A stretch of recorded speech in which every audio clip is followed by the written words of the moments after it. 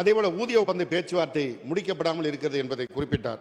அவர்களுடைய ஆட்சி காலத்தில் தான் ஊதிய ஒப்பந்த பேச்சுவார்த்தையை முடிக்காமல் நிறுத்திவிட்டு போனார்கள்.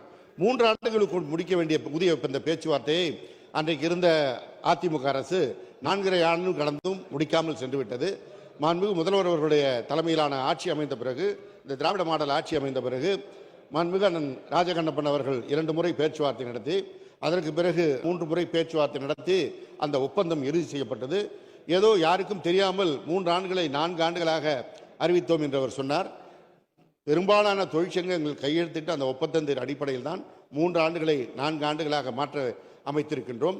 அதில் இன்னும் சொல்ல வேண்டும் என்றால், கடந்த முத்தமிழறிஞர் தலைவர் கலைஞர் ஆட்சி காலத்தில் வழங்கப்பட்ட பே மேட்ரிக்ஸ் என்ற முறை உங்களுடைய ஆட்சி காலத்தில் சீர்குலைக்கப்பட்டது.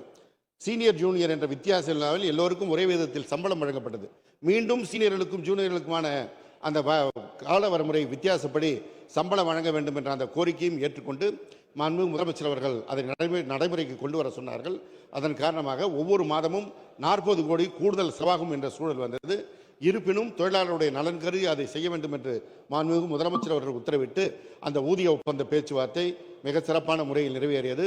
அடுத்த ஊதிய ஒப்பந்த பேச்சுவார்த்தைக்கான பணிகள் துவங்கி ஒரு கட்டம் அதிகாரிகள் பேசியிருக்கிறார்கள். அடுத்த கட்டம் பேச்சுவார்த்தை அறிவித்த பொழுது முன்னாள் பாரத பிரதமர், இந்திய பிரதமர் மரியாதைக்குரிய மன்மோகன் சிங் மறைவுற்ற காரணத்தினால் அந்த பேச்சுவார்த்தை தள்ளி வைக்கப்பட்டது. கடந்த மாதம் அந்த பேச்சுவார்த்தையை மீண்டும் நான் கலந்து கொண்டு நடத்தியிருக்கின்றேன். அடுத்த கட்ட பேச்சுவார்த்தை சட்டமன்றம் நடைபெறுகின்ற காரணத்தினால் சட்டமன்றம் முடிவுற்ற பிறகு நடத்தலாம் என்று தொழிற்சங்கங்களுக்கு தெரிவித்திருக்கின்றோம். எனவே இந்த சட்டமன்ற கூட்டத்தொடர் முடிந்த பிறகு அந்த பேச்சுவார்த்தை இறுதி செய்யப்பட்டு தொழிலாளருக்கான கோரிக்கைகள் நிறைவேற்றப்படும் என்பதை இந்த நேரத்தில் உங்களுக்கு அன்போடு தெரிவித்துக் கொள்கிறேன்.